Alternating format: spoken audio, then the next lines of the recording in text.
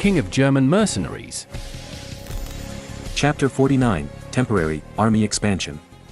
In order to prevent being robbed by enemies or allies, Marin was very worried. You know, his team of 1,100 people, with thousands of horses and thousands of sets of armor, would definitely blind people's eyes. This does not include the ransom of 4,000 French knights. Kohler did the math and felt that these 4,000 prisoners could be exchanged for at least 2 million ducats. Knights are not cheaper than horses. War horses are easy to train and can be effective in 3 to 5 years. However, training a knight requires more than 10 years of effort and huge investment. Therefore, the ransom for a knight would be at least 500 gold coins. 4,000 knights would cost at least 2 million gold coins, and that's not counting the premium of the nobles. Oh my god, 2 million gold coins. Money was the only thing left in Marin's eyes. But, young master, if you take all these captives back, His Majesty the Emperor will definitely not give you so much money. Because the Emperor himself is very poor. Kohler said. What? Marin was angry. However, he thought about it and it made sense. The Emperor couldn't give him so much money. Because he was fighting for the Emperor, and the bulk of the spoils should be given to the Emperor. However, in order to obtain the title, he had to take a large number of captives, especially those noble captives. After thinking for a long time, Marin decided to compromise, because what he needed most was the title.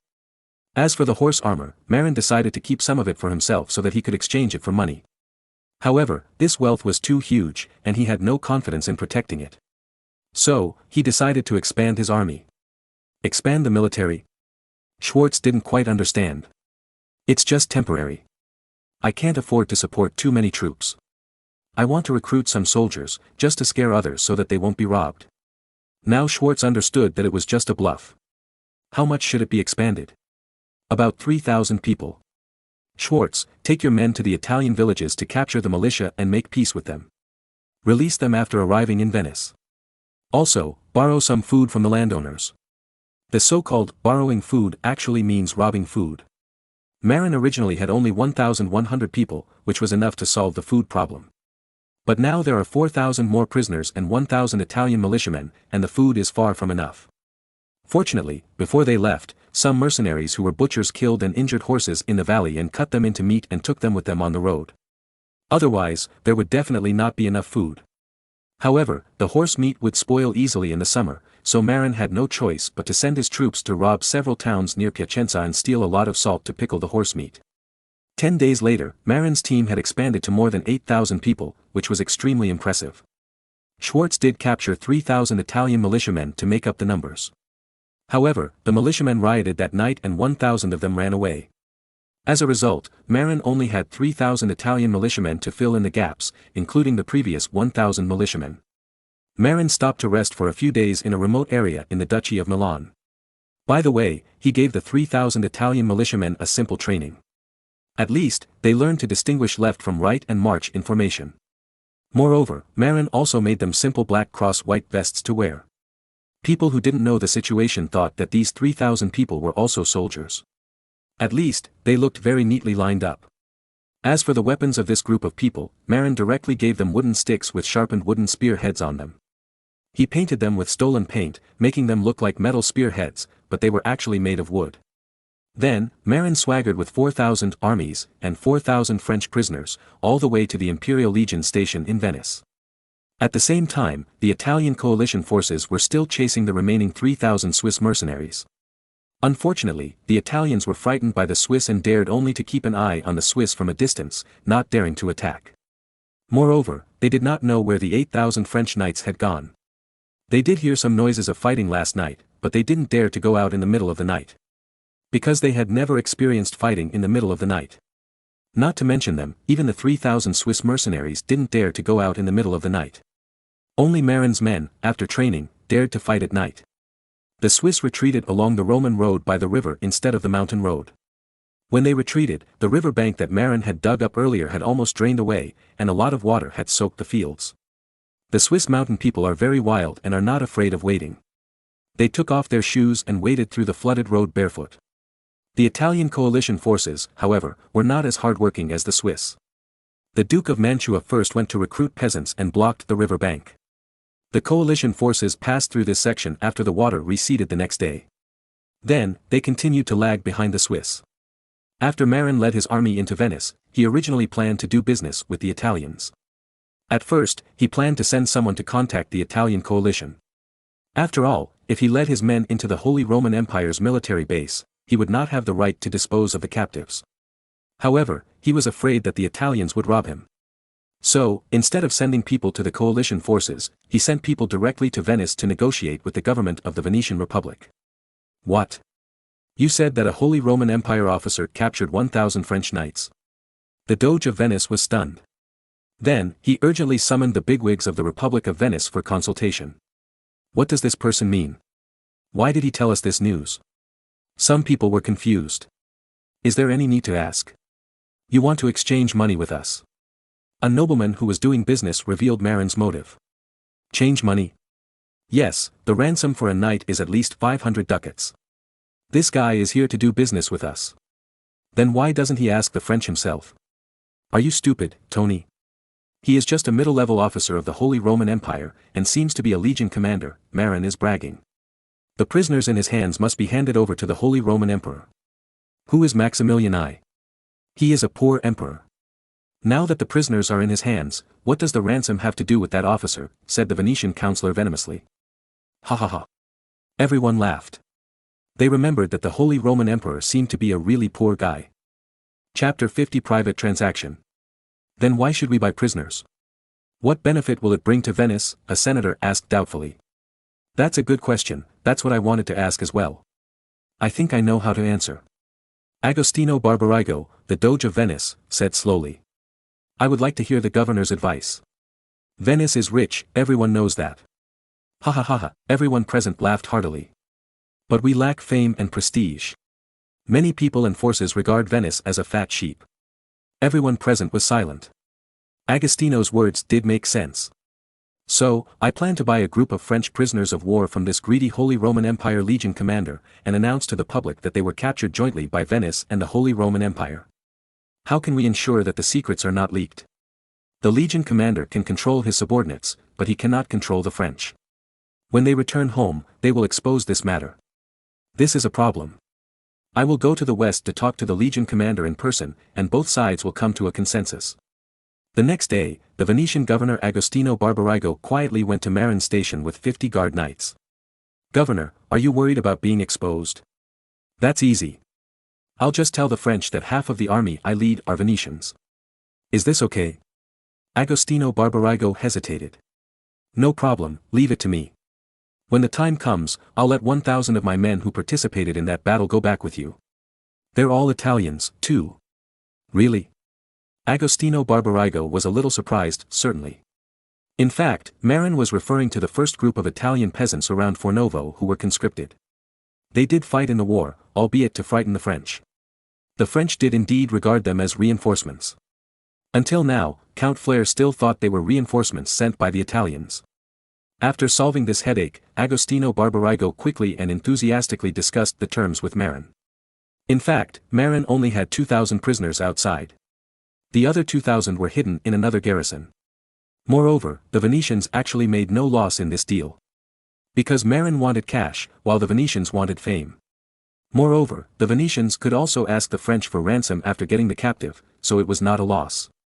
At most, they had to pay for the food expenses of the captive, but compared with fame, this amount of money was just a drop in the bucket. After negotiations, Agostino Barbarigo and Marin reached an agreement of 500 gold coins per prisoner. But Governor Agostino Barbarigo demanded more. Captain Marin, please tell me honestly, how many prisoners do you have? 4,000. Then why are you only willing to sell 1,000 people? Don't you know that your poor emperor won't give you some money? If you take the prisoners into his hands, will you get a share of the ransom? Agostino Barbarigo was a little angry. Well, actually, I want to exchange a title with His Majesty the Emperor. I'm not even a baron right now. This. Agostino Barbarigo was speechless. As an emperor, the biggest advantage of Maximilian I over others was that he could grant titles to others. In this regard, as the governor of the Republic of Venice, Agostino Barbarigo could not catch up with Maximilian I.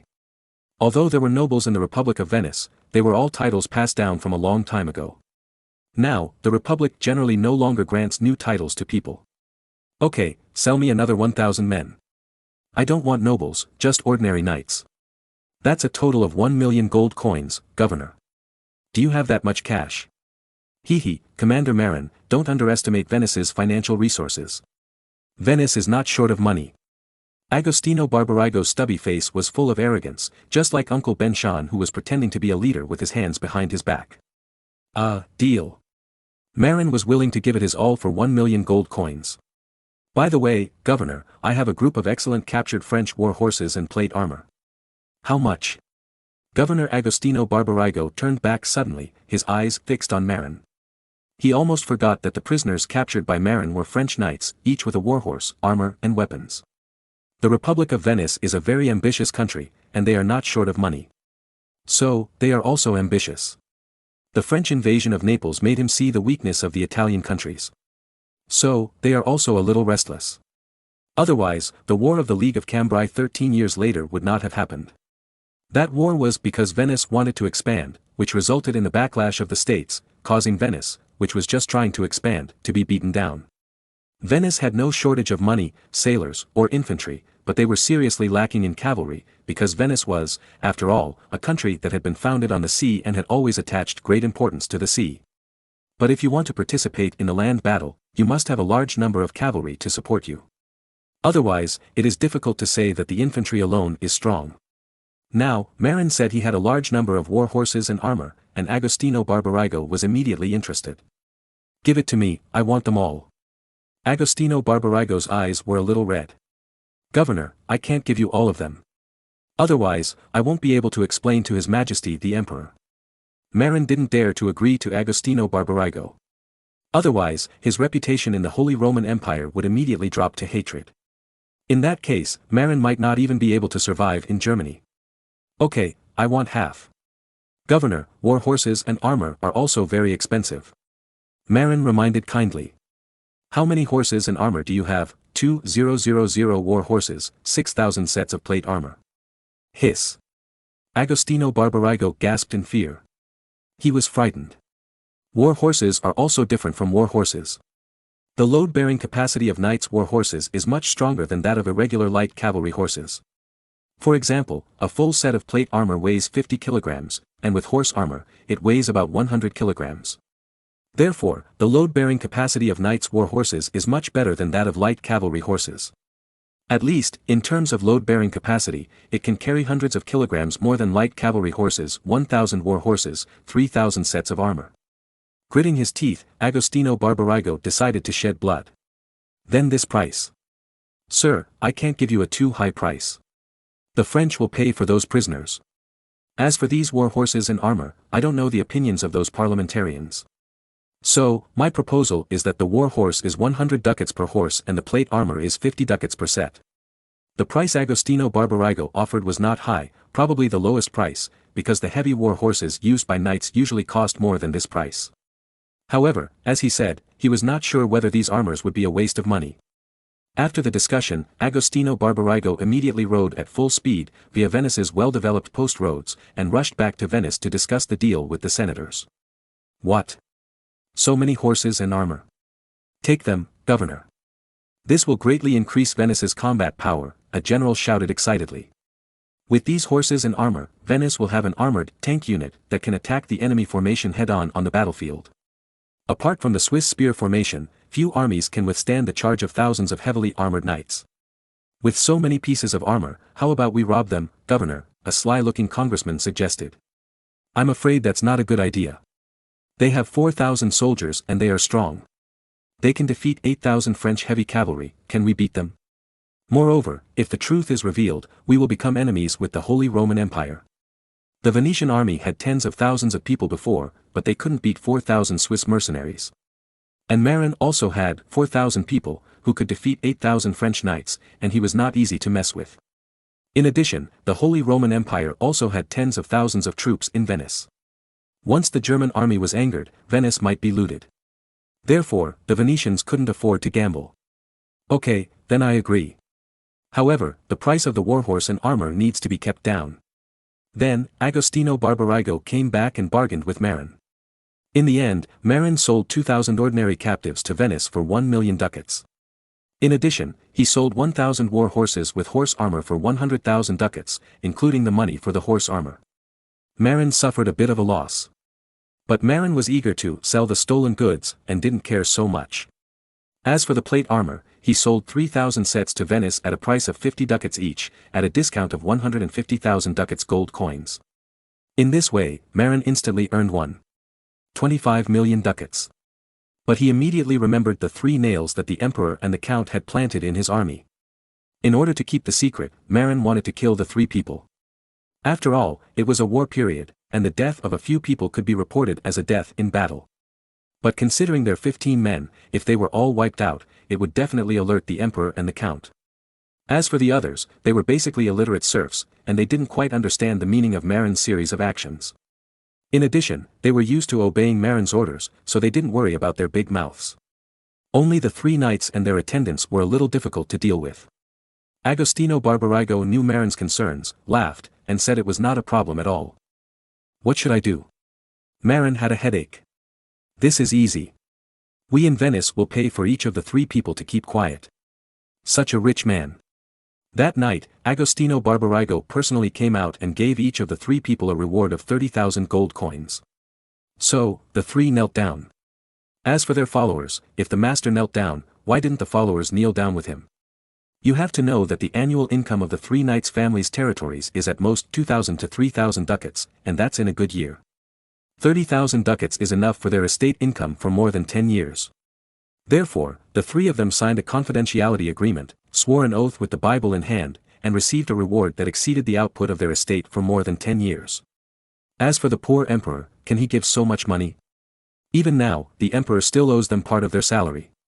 Moreover, Marin knew how to do things properly and left half of the spoils to the emperor, which was enough to explain. This was also their confidence. However, Marin was troubled by how to take away so many gold coins. Because 25 million gold coins alone weighed more than 4 tons. If people knew that he was carrying more than 4 tons of gold on the road, many people would probably come to rob him. Finally, Marin decided to trust the business reputation of the Venetians and only asked for 500,000 gold coins in cash. The remaining 750,000 gold coins were temporarily deposited in a bank in Venice, and a receipt was issued for withdrawal later. Then, Marin took out 100,000 gold coins and distributed them to his 1,100 brothers. Each person received an average of 80 to 90 gold coins, which made these guys very happy. You know, those idiots who dismounted from their horses to pick up gold coins in Mantua and Milan only picked up 20 to 30 gold coins on average. Compared to them, they were far behind. As for the Italian farmers who were captured to serve as a showpiece, they were not treated so well. After all, they were temporary workers and did not receive any relevant welfare benefits. Chapter 51, The Stunned Emperor. Marin was not a stingy person. He heard that everyone only got more than 80 gold coins on average, the officers got more, and he felt sorry for everyone. So he took out another 30,000 gold coins to distribute, so that everyone could get 100 gold coins. In fact, the reason why this money was distributed was also to appease the army. After all, everyone knew that this group of people followed him and captured 4,000 people. Although, Marin could also make up a lie to evade them. However, if he didn't give some benefits that would satisfy everyone, someone might think too much. Once someone was unhappy and spread news that was not good for Marin, it would be over. Therefore, he took out some money and asked everyone to rate it. He first made these country bumpkins stupid with money, and they would be immersed in joy and have no energy to think about it. After all, this group of mercenaries, most of whom came from serf families, rarely saw gold coins before. But Marin was also worried that these guys would run away after getting the money. So he had to persuade them not to run away. Because it was very dangerous for a person to go on the road with 100 gold coins, and he could be robbed easily. At the same time, Marin promised that after the war, when he returned to the country, he would allow those who wanted to leave. This group of rough men didn't know where the missing prisoners and horses went, nor how much they were sold for. The educated officers who could roughly estimate the value were all bribed. So, no one made trouble. This is also due to the fact that they have little education and don't know how to calculate. Otherwise, if they knew that Marin got a huge benefit of 25 million gold coins, they might make trouble for wages. As for how the money came from, Marin had already thought about it, saying that it was the spoils of war that were taken when the French were captured. Marin even insisted that the Venetians cooperated with them to complete the ambush on the French. Although no one seemed to see the Venetian army appear. But Marin, the big leader, said so, and the other 4 company leaders also said so, which made the big soldiers believe it with doubt. In their opinion, the Venetians were probably out of their sight and cooperated with everyone to complete this ambush. In the days that followed, Marin used these 2 lies to brainwash everyone every day. If a lie is told 100 times, everyone will believe it, not to mention that Marin told it dozens of times every day. Even Marin himself almost believed the lies he made up and was brainwashed by himself. However, some unpleasant things happened in the process. For example, the 3 knights sent by the emperor and the earl seemed not satisfied with the profit of 30,000 gold coins, and privately found Marin to ask for more benefits. Marin was also worried that they might let the cat out of the bag, but he had been careful when dealing with the Venetians before. For example, when communicating privately with the 3 guys, Marin lied that the captives and weapons and armor were sold at a low price. The 3 had no doubts about this. Because stolen goods are generally sold at very low prices. However, they didn't know that because this batch of goods was so significant, the Venetians were eager to get them, so they didn't lower the price too much. Therefore, the 3 people estimated the value of the goods to be only about 300,000 or 400,000 gold coins. Because this is also the tradition of medieval thieves selling stolen goods. Moreover, they were just warriors with a little culture, and they couldn't quite understand the strategic value of this batch of goods, so they just regarded it as ordinary stolen goods. In order to appease the 3, Marin gritted his teeth and added 10,000 gold coins to each of them. So, the 3 were satisfied. After all, the 3 of them got a total of 120,000 gold coins. Combined with their own estimate of the total value of 300,000 or 400,000 gold coins, they also thought that Marin was being more generous. Because Marin had already taken out 130,000 gold coins to divide equally. Including the 120,000 gold coins they got, Marin himself, they estimated that he could only get tens of thousands of gold coins, no more than 100,000 at most. But Marin was the highest ranking officer in this operation, and they could not ask for more since he only got this little bit. So, after the secondary division of the spoils, the hidden dangers within the army were eliminated. After dividing the spoils, Marin planned to rush back to the Imperial Army's base. He led a large army of 6,000 people and slowly moved towards Count Alfred's residence. At the same time, Emperor Maximilian I, after hearing about the outbreak of war in Italy, hurriedly rushed to Italy from Worms where the Imperial Diet was meeting. Maximilian I was a man of foresight. He knew very well that if France became strong, the neighboring Holy Roman Empire would become the target of the French, especially the Duchy of Burgundy under his control. Therefore, his idea was to unite with the Italians, completely defeat the French army, and preferably capture Charles VIII. In this way, the French arrogance could be defeated, and the French could also be weakened. For example, Charles VIII could be exchanged for a large amount of ransom. Even the Duchy of Burgundy that was taken away by the French could be exchanged. In addition, it would be best if the Kingdom of Naples could be seized from the French. If we could get it, it would be perfect. Maximilian I was thinking as he was on his way. In short, Maximilian I's strategic goal is to drive the French out of Italy and weaken France as much as possible. Soon after he arrived at Count Alfred's station, Marin's large army also rushed back to the station. Stop! The guards on duty of the Shinra army were shocked to see 5,000 or 6,000 people rushing towards the Imperial Army's camp. They shouted in panic and alerted the camp. Maximilian I thought the French were here to attack, probably because they knew I was here. But when the team got closer, everyone breathed a sigh of relief. Because the characteristics of Marin's men were too distinct, they all wore white vests with black crosses. That's not right. Aren't there only more than 1,000 people in the Black Cross formation? Why are there 3,000 or 4,000 people wearing black cross vests among this group? Count Alfred, who was observing from the tower, was a little confused. Then be on guard first, and ask questions when you get closer. After the team arrived at the camp, Marin rode forward and talked to Count Alfred on the high wall. "My Lord Count, I'm back." "Oh, His Majesty the Emperor is here too." "I'm honored to meet His Majesty the Emperor." Marin quickly dismounted, took off his hat, and bowed to Maximilian I. "Captain Marin, what's going on? Why are there so many people behind you?" Earl Alfred asked cautiously. "This is very simple. I temporarily hired 1,000 mercenaries in Italy, and then took them, together with about 2,000 Venetian soldiers, to ambush the French king's army and capture 2,000 French prisoners." "What? Didn't they say that the coalition forces fought the French to a draw in the Battle of Fornovo?" Emperor Maximilian I asked in confusion. The news he received was that the French were repelled in the Battle of Fornovo. But the emperor knew that the Italians suffered 2,000 casualties while the French suffered only 1,000 casualties. It was obvious that the Italians were bragging and that they had at most fought a draw with the French. Oh, that's true. However, after we joined up with a Venetian army, we ambushed the retreating French army south of Piacenza and captured 2,000 French knights as prisoners. Unfortunately, we let Charles VIII escape. Marin's tone was full of regret. But it was this tone that made Maximilian I gasp. Capturing the king, how big a deal would that be? Especially since Charles VIII was accompanied by 8,000 French knights. He knew that this was quite difficult, at least the emperor himself thought that he could not do it. However, the knight in front of him was so arrogant. However, the captives they were holding, the thousands of war horses, and the row of carts loaded with plate armor proved that this was true. Because the emperor knew Marin's origins very well. It was impossible for this poor knight to have so many war horses and armor. Even if he allowed his soldiers to plunder the people of Italy, he could only rob money, not war horses and armor.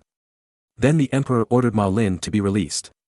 As for the others, the emperor was very cautious and asked them to camp outside the camp temporarily. Tell me quickly, what's going on? Because Marin's ambush on the French was not publicized, basically no one knew about it. So, Marin exaggerated and publicized the ambush. The other plots were fine, but Marin added some things. For example, he met 2,000 Venetian troops on his way south. Their commander Passiano, a real person who also came to the imperial camp with the team, seemed to admire Marin very much, so he went on the road with him and cooperated with Marin to complete the beautiful ambush. This was the Doge of Venice who specially recognized Marin as the leader in order to respect Marin's military exploits. What? 4,000 French knights were captured, but what about the other 2,000? The emperor stood up excitedly. This was definitely a big deal. It usually took only tens of thousands of troops to capture 4,000 French knights. But in Marin's words, they only used a few thousand men. They were taken away by the Venetians. We agreed before the war that the spoils would be divided equally. Marin said innocently. Why do you have so many people under you? Oh, they were temporarily recruited. In addition, there are 1,000 people lent to me by the Venetians. They are the people under the command of Legion Commander Passiano. After the prisoners are brought back, Legion Commander Passiano will have to take them back to Venice. Marin and Agostino Barbarigo had agreed that Passiano would represent Venice and bring back the 1,000 Italian peasants who had been trained in marching, allowing them to pretend to be heroes to avoid their lies being exposed. How strong are these Italian soldiers? The emperor was also somewhat tempted. He thought that the Italians were very strong. Otherwise, how could they defeat the French? Your Majesty, with all due respect, the fighting power of the Italians cannot catch up with that of the Germans. Then you defeated 8,000 French knights, didn't you? Your Majesty, that was a surprise attack. And it was a night attack. The French were eager to escape, so we ambushed them halfway and threw stones down the mountain, killing many French people. Otherwise, if it was on flat ground, I might have been killed by the French. Is this okay? Yes, this is the Eastern tactics my teacher taught me. Einstein took the blame again. The East? That great empire? Yes, the ancient military tactics of that powerful Eastern Empire. So powerful. Maximilian I was very tempted. Your Majesty, it's not that great. The main reason is that the timing was too coincidental. The French escaped in the middle of the night and happened to run into my ambush. After all, it was difficult for them to detect my ambush in the middle of the night. That's true. Maximilian I was not ignorant of military affairs. He knew that the French army that escaped in the middle of the night was really unlucky, and was caught by the little knight in front of him and ambushed. In another situation, the French would never be so unlucky. They might even kill Marin as the little knight said. But how did you know that the French would escape from you? Maximilian I was no fool and sensed the problem. Well. Actually. I'm not sure either. I just thought the French wouldn't fight to the end. So I set up an ambush. I thought the French would retreat the next day, but they came in the middle of the night. I was also in a hurry to fight, but the French were even more in a hurry, and they were obviously frightened by our ambush, so they were defeated. In order to make the description reasonable, Marin specifically pointed out that this was a coincidence. Otherwise, he couldn't explain how he knew the French would escape in the middle of the night. This night, Marin. Your luck is really amazing. Maximilian I opened his mouth wide, wanting to say something, but he didn't know how to say it. As for Marin's prediction that the French would escape in the middle of the night, Maximilian I didn't believe it. Because it was more reasonable for Marin to ambush the French by chance. Your Majesty, I have made a great harvest this time. Among these 2,000 prisoners, there is a French earl, 6 barons, and 200 feudal knights. The others are landless knights, but they are also French royal knights. Marin did not want the emperor to dwell on this unanswerable question, so he began to change the subject. Count, you caught the count. The emperor was stunned.